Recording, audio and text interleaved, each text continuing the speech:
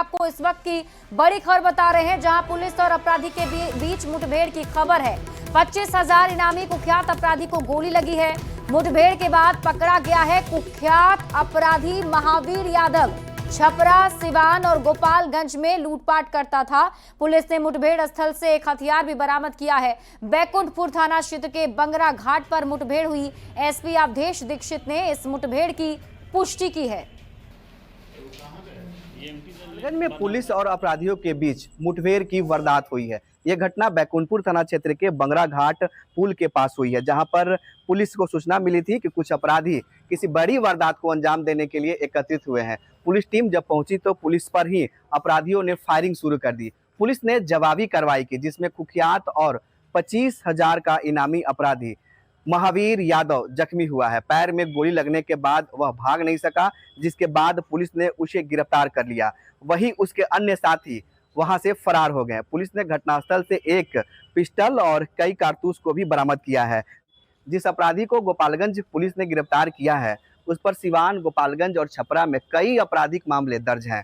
गोपालगंज के एसपी अवधेश दीक्षित ने इस घटना की पुष्टि करते हुए कहा है कि गिरफ्तार अपराधी पर बिहार पुलिस ने उसके अपराध की प्रवृत्ति को देखते हुए 25,000 रुपए का इनाम रखा था। ऐसे में उस अपराधी को मुठभेड़ के दौरान गोपालगंज पुलिस ने पकड़ लिया है और अब पुलिस की कड़ी निगरानी के बीच सदर अस्पताल में गिरफ्तार अपराधी का इलाज चल रहा है। पैर में गोली लगी है, जिसके बाद उसे अस्पताल लाया गया है। गोपालगंज के एसपी ने साफ तौर पर कहा है कि अपराधी और अपराध से किसी तरह का समझौता नहीं किया जाएगा। अपराधी अगर पुलिस पर गोली चलाएंगे तो पुलिस भी अपराधियों को गोली का जवाब गोली से देगी। गोविंद कुमार, न्यूज़ 18, गोपालगंज। और इस बीच आपको पटना के फतुहा से बड़ी खबर बताते हैं, जहां भारी मात्रा में विदेशी शराब और बियर बरामद किए गए हैं। गोदाम से 3,174 लीटर विदेशी शराब और बियर बरामद किए गए। गोदाम मालिक समेत 3 लोग गिरफ्तार हो गए हैं। अवैध शराब लदे एक पिकअप वैन और एक कार भी जब्त किया गया है। शराब बरामद की गई है, उसकी कीमत लगभग 50 लाख रुपए बताई जा रही है। हमारे किए गए छपवारी में गोदाम के कमरा है, गोदाम के अंदर लगे पिकअप वाहन और सेवालेट गाड़ी कुल 3,173 अंग्रेजी शराब बरामद किया। नवादा से आपको बड़ी खबर बताते हैं, जहां शराब तस्करी मामले में 2 जवान गिरफ्तार किए गए। होमगार्ड के 2 जवान गिरफ्तार हुए हैं। चितरकोली जांच चौकी पर कार्रवाई हुई है और शराब से भरी कार को जब्त किया गया है। तस्करी में शामिल 2 होमगार्ड जवान भी गिरफ्तार कर लिए गए हैं। तो इस वक्त की बड़ी खबर आपको नवादा से बता रहे हैं, जहां पर ये बड़ी कार्रवाई की गई है। उत्पाद विभाग की टीम की तरफ से बड़ी कार्रवाई करते हुए शराब की बड़ी खेप जब्त की गई है। होमगार्ड के 2 जवान भी गिरफ्तार किए गए।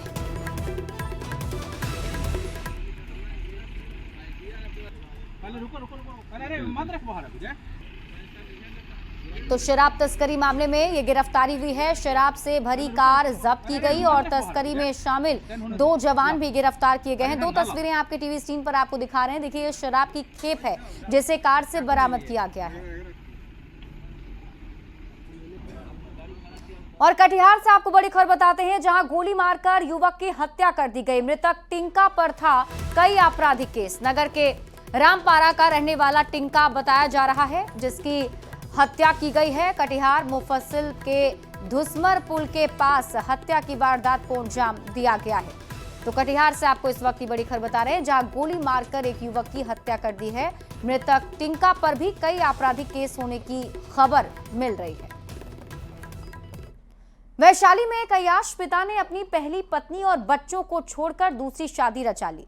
जब हवस की भूख नहीं मिटी, तब अपनी पहली पत्नी की बेटी पर ही बुरी नजर डालने लगा। पिता अपनी ही बेटी के साथ अश्लील हरकत करने लगा, जिसका विरोध बेटी ने बार बार किया, लेकिन बेटी के मना करने के बाद भी वो अपनी हरकतों से बाज नहीं आ रहा था, जिसके बाद बेटी ने स्थानीय जनप्रतिनिधियों की एक महापंचायत बुलाई। पूरा मामला लालगंज नगर परिषद क्षेत्र का है। महापंचायत की अध्यक्षता नगर परिषद के सभापति कंचन शाह ने की है, जिसमें फैसला किया गया कि आरोपी की पहली पत्नी को संपत्ति का जो हिस्सा अधिकार में बनता है वो दिया जाए। इतना ही नहीं, पीड़ित लड़की की मां के आवेदन पर आरोपी की दूसरी पत्नी को गिरफ्तार भी कराया गया है। गलत नज़र से देख रहे थे और जहाँ भी बोलते थे यहाँ आने के लिए, यहाँ बैठने के लिए, यहाँ सोने के लिए, ऐसे ऐसे करते थे।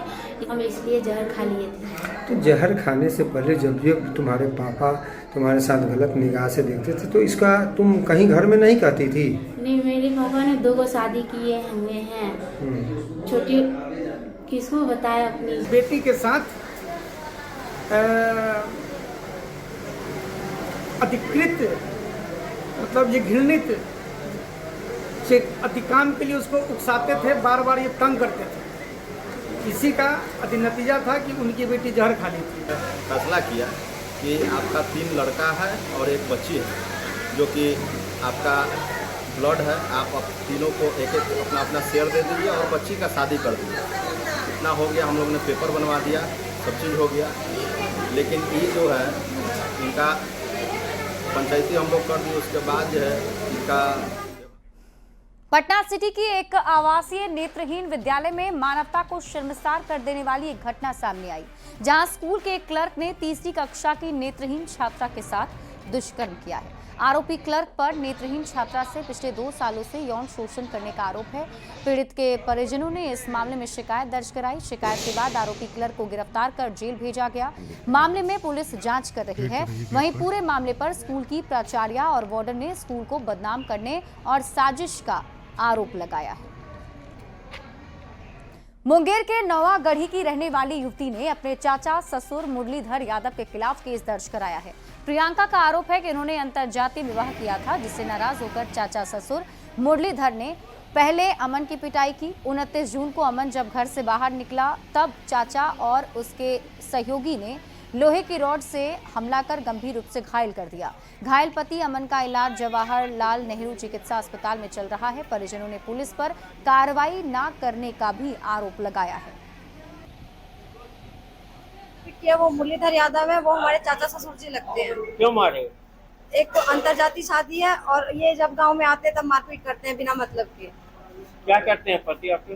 मेरे पति रेलवे में थे, रेलवे में जॉब करते हैं, वो टेक्नीशियन में। हाँ जी। जी। मारने का कारण क्या है? मारने का कारण है ऐसे ही, एक अंतरजातीय शादी है और दूसरी बात क्या कहते हैं, जमीनी विवाद है। जमीनी विवाद है? हाँ। क्या चीज? जमीन को लेकर क्या? जमीन एक तो हमारी उसने मोटेशन करा ली, ऊपर से जमीन की रसीद वगैरह उसने कटवा ली, अपने नाम पे करवा ली। 50 लाख की जमीन उसके नाम पे है। मुंगेर से आपको बड़ी खबर बताते हैं, जहां आरोपी को पकड़ने गई पुलिस के साथ मारपीट की गई है। परिजनों ने हाथापाई और गाली गलौज भी की। आरोपी को पुलिस के कब्जे से छुड़ा लिया। पुलिस ने 6 लोगों को गिरफ्तार किया है। आरोपी को फिर से शिकंजे में ले लिया गया है। मोहम्मद शब्बीर को थाने ला रही थी पुलिस और तभी पुलिस से उलझ गए परिजन और दुकानदार, जिसके बाद पुलिस और लोगों के बीच में झड़प भी हुई।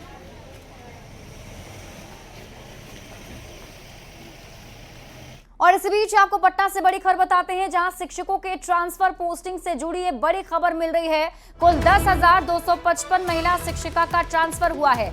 शिक्षक 7 जुलाई तक नए स्कूल में अपना योगदान देंगी। कुल 3,896 अंतर जिला स्कूल का आवंटन हुआ है।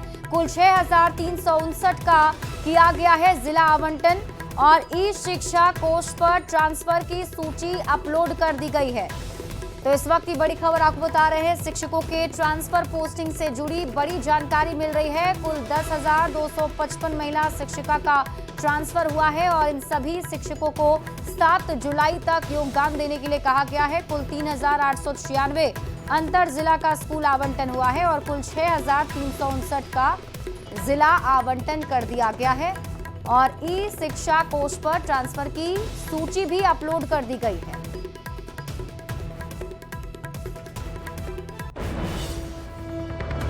और देखिए, तेजस्वी यादव ने निर्वाचन आयोग पर एक बार फिर से सवाल उठाया है। तेजस्वी यादव ने कहा कि आयोग खुद ही कंफ्यूज है। निर्वाचन आयोग लगातार समय, तिथि और पुनरीक्षण को लेकर आदेश बदल रहा है। निर्वाचन आयोग को पता नहीं कि वो क्या करने जा रहे हैं। ऐसा लग रहा है जैसे रणनीति किसी राजनीतिक दल से साझा की गई है। तेजस्वी यादव ने कहा कि हम लोगों ने जो सवाल उठाए हैं उस पर निर्वाचन आयोग जवाब नहीं दे रही है। तेजस्वी यादव ने यह भी कहा कि पुनरीक्षण पूरे देश में क्यों नहीं हुआ, लोकसभा चुनाव के बाद प्रक्रिया क्यों नहीं शुरू की गई। जान रहे हैं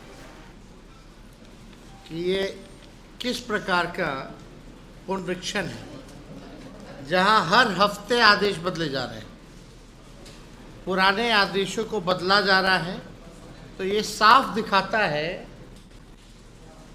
कि आयोग स्वयं सुनिश्चित नहीं है कि वो क्या करना चाहता है। आयोग को पता ही नहीं, चुनाव आयोग को, कि वो क्या करने जा रहे हैं। और इस पूरे अभियान की योजना ऐसा लग रहा है कि किसी राजनीतिक दल से साझा की गई। इतना गंभीर मसला है, फिर भी चुनाव आयोग गंभीरता से इन बातों को नहीं ले रहा। तो क्या केवल बिहार ही राज्य है? पूरे देश में क्यों नहीं करा रहे फिर? देखिए, निर्वाचन आयोग पर तेजस्वी यादव के आरोप पर सियासत भी गर्मा गई है। बीजेपी और जेडीयू ने तेजस्वी यादव पर पलटवार किया है और दोनों दलों ने कहा है लगता है तेजस्वी यादव ने चुनाव से पहले ही हार मान ली है। हताशा में मौलाना तेजस्वी यादव जी तरह तरह के फर्जीवाड़े का बयान दे रहे हैं, भ्रम फैलाने की राजनीति कर रहे हैं। निश्चित रूप से चुनाव आयोग बढ़िया काम कर रहा है। पिछली बार 2003 में सर्वे हुआ था, इस तरह का गहन पुनरीक्षण हुआ था। 22 साल बाद आज हो रहा है, काम कर रही है। तो सभी दल को इसका स्वागत करना चाहिए कि चुनाव आयोग एक निष्पक्ष वोटिंग कराने की दिशा में एक कदम आगे बढ़ा रहा है। तेजस्वी यादव जी की स्थिति एक ऐसे विद्यार्थी की तरह है जिसको मालूम है कि आने वाली परीक्षा में वो फेल हो जाएगा, इसलिए तरह तरह के बहाने पहले ही बनाने लगता है। चुनाव आयोग एक स्वायत्त संस्था है। वोटर वेरिफिकेशन का काम समय समय पर होता रहता है। यदि कोई बात है, कोई सुझाव है, तो कोई भी राजनीतिक दल दे सकते हैं, लेकिन सीधा आरोप लगाना ये दर्शाता है कि तेजस्वी जी ने पहले ही अपनी हार को स्वीकार कर लिया है। ये वही लोग हैं जो जिनको संविधान में विश्वास नहीं, संवैधानिक संस्था का अपमान करना, इलेक्शन कमीशन के पारदर्शिता से 100% वोटिंग कराने के अभियान को रोकना, क्योंकि ये लोग बूथ से जिन निकालने वाले लोग हैं। निर्वाचन आयोग पर तेजस्वी यादव के सवाल पर गिरिराज सिंह ने भी हमला बोला है। गिरिराज सिंह ने लोकतंत्र का गला लालू प्रसाद ने अपनी पार्टी में ही घोंट दिया, ये आरोप लगाया है। उन्होंने कहा कि पार्टी में परिवारवाद को बढ़ावा दिया। कल बीजेपी प्रदेश कार्य समिति की बैठक पर गिरिराज सिंह ने कहा कि कल रक्षा मंत्री आएंगे, कार्य समिति को संबोधित करेंगे। बिहार जो लोकतंत्र की जननी है, वहीं बीजेपी आरएसएस जो जदयू के लोग लोकतंत्र को खत्म करना चाह रहे हैं। बिहार भी लोकतंत्र को का गला तो लालू जी ने अपने पार्टी में ही घोट दी। जो परिवारवाद को बढ़ावा दिया, लालू जी ने कभी लोकतंत्र को नहीं स्वीकारा। बिहार का दौरा कार्य समिति की बैठक है। हाँ, कल आएंगे रक्षा मंत्री आएंगे और कार्य समिति को भी संबोधन करेंगे और भी कई बात करेंगे। और सूत्रों के हवाले से आपको इस वक्त की बड़ी खबर बता दें। निर्वाचन आयोग के सूत्रों के हवाले से खबर है कि निर्वाचन आयोग की बैठक स्थगित कर दी गई है। 2 जुलाई को बैठक होना था, इसका आयोजन किया जाना था, लेकिन राजनीतिक दलों की ओर से बैठक की पुष्टि नहीं हुई है और पुष्टि ना होने की वजह से बैठक को स्थगित कर दिया गया है।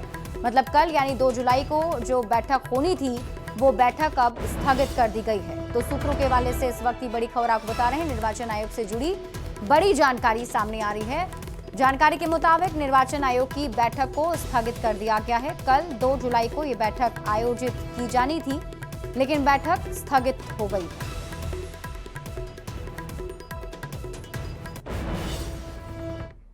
बीजेपी कार्यालय में प्रदेश पदाधिकारियों की बैठक हुई। बैठक में कल होने वाली प्रदेश कार्य समिति की बैठक की रूपरेखा पर मंथन हुआ है।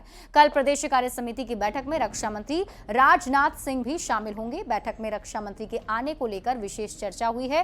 प्रदेश पदाधिकारियों की बैठक में डिप्टी सीएम सम्राट चौधरी, विजय कुमार सिन्हा, बिहार प्रभारी समेत सभी पदाधिकारी शामिल हुए। प्रदेश पदाधिकारियों की मैराथन बैठक के बाद दिलीप जायसवाल ने कहा, कल होने वाले कार्य समिति की बैठक की रूपरेखा को लेकर चर्चा हुई। कल पार्टी एकदम अलग और नए रूप में दिखाई पड़ेगी। कल की बैठक के बाद पूरे बिहार में बीजेपी कार्यकर्ता नए संकल्प के साथ निकलेंगे। वहीं निर्वाचन आयोग के मतदाता पुनरीक्षण अभियान पर उठ रहे सवाल पर संजय जायसवाल ने कहा कि तमाम सवालों के जवाब निर्वाचन आयोग ही दे सकती है। मैराथन बैठक चल रहा था। हमारे प्रदेश के सभी पदाधिकारी, मोर्चा के अध्यक्ष और व्यवस्था के लोग का एक बैठक चल रहा था कि कल जो हमारा प्रदेश कार्य समिति हो रहा है, वो जीवंत और धारदार होने वाला है।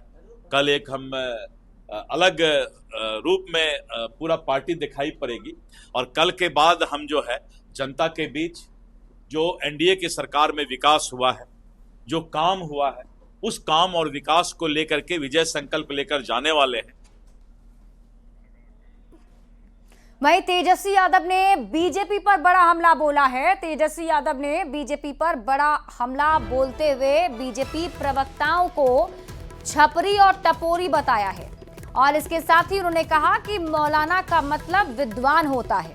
दरअसल बीजेपी के प्रवक्ता की तरफ से तेजस्वी यादव को मौलाना तेजस्वी कहा गया था, जिस पर पलटवार करते हुए तेजस्वी यादव ने बीजेपी प्रवक्ताओं को छपरी और टपोरी बताया और ये भी कहा कि मौलाना का मतलब विद्वान होता है। क्या क्या बोल रहा है? जो बोलने वाले वो सब टपोरी लोग हैं, लफुआ लोग हैं। उनके लिए हमारे प्रवक्ता ही काफी हैं, जितने छपरी लोग हैं।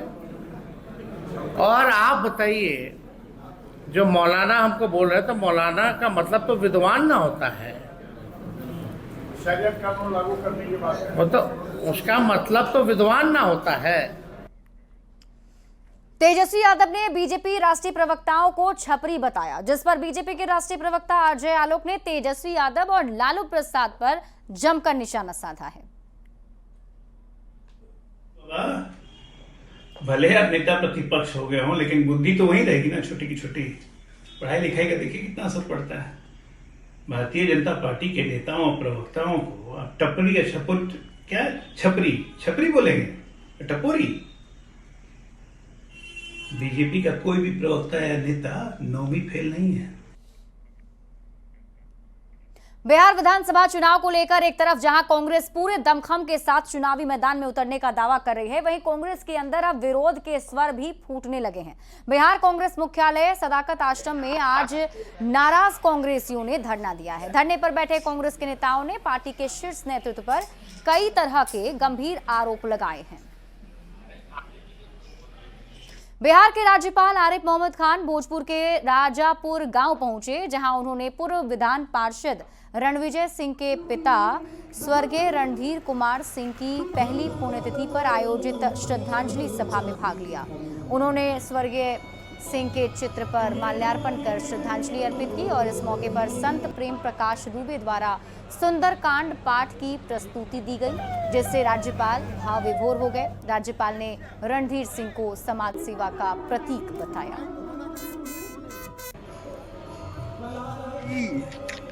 स्वामी विवेकानंद कहते थे, सब भूल जाओ, विराट पूजा करो। विराट पूजा क्या? यही हमारे भगवान है। ये जो सबसे कमजोर आदमी, प्राथमिकता का अधिकारी। आज हमारे बीच हमारे पिताजी भले ही नहीं है, लेकिन वो न रहते हुए भी हमारे मन में, हृदय में, हमारे पूरे परिवार में आज भी उसी तरह है जैसे पहले आशीर्वाद दिया करते थे। और बिहार के स्थानीय उत्पादों और स्टार्टअप को वैश्विक पहचान दिलाने के लिए पटना के ज्ञान भवन में 3 से 5 अगस्त तक बिहार बिजनेस महाकुंभ 2025 का आयोजन किया जाएगा। आईपीएस अधिकारी विकास वैभव ने कहा है कि राज्य की एमएसएमई युवाओं को, स्टार्टअप और महिला स्व सहायता समूहों को वैश्विक निवेशकों के सामने लाने का ये सुनहरा मौका है। ये आयोजन बिहार को एक रोजगार मांगने वाले राज्य से रोजगार देने वाले राज्य में बदलने की दिशा में ठोस कदम है। 3 दिवसीय आयोजन में 250 से अधिक ब्रांड्स और स्टार्टअप हिस्सा लेंगे। तभी संभव है जब उद्यमिता की एक बड़ी क्रांति बिहार में आए, स्टार्टअप्स की, बिजनेस की क्रांति ऐसी आए जिससे हमारे यूथ रोजगार के लिए उनको बाहर जाने की आवश्यकता नहीं। लेट्स इंस्पायर बिहार अभियान में लोगों को हम लोग पिछले 4 वर्षों से जोड़ने का प्रयास कर रहे हैं। पटना के ज्ञान भवन में 5, 4 और 3 अगस्त, यानी 3, 4 और 5 अगस्त 3 दिनों तक बिजनेस महाकुंभ का आयोजन किया जाना है, जिसमें लेट्स इंस्पायर बिहार की पूरी टीम भी साथ में जुड़ी है और मिलकर इस आयोजन को एक ऐतिहासिक आयोजन हम लोग पटना में करना चाहते हैं, जिसमें स्टार्टअप्स के लिए, बिहार में जो लोग निवेश करना चाहते हैं उनके लिए एक अच्छा अवसर मिले, अपने आप को शोकेस करने का भी, विमर्श करने का भी। बहुत सारे जो इश्यूज हैं उन पर इस पूरे कार्यक्रम में 3 दिनों तक चर्चा होगी। और इसी के साथ इस बुलेटिन में अभी के लिए बस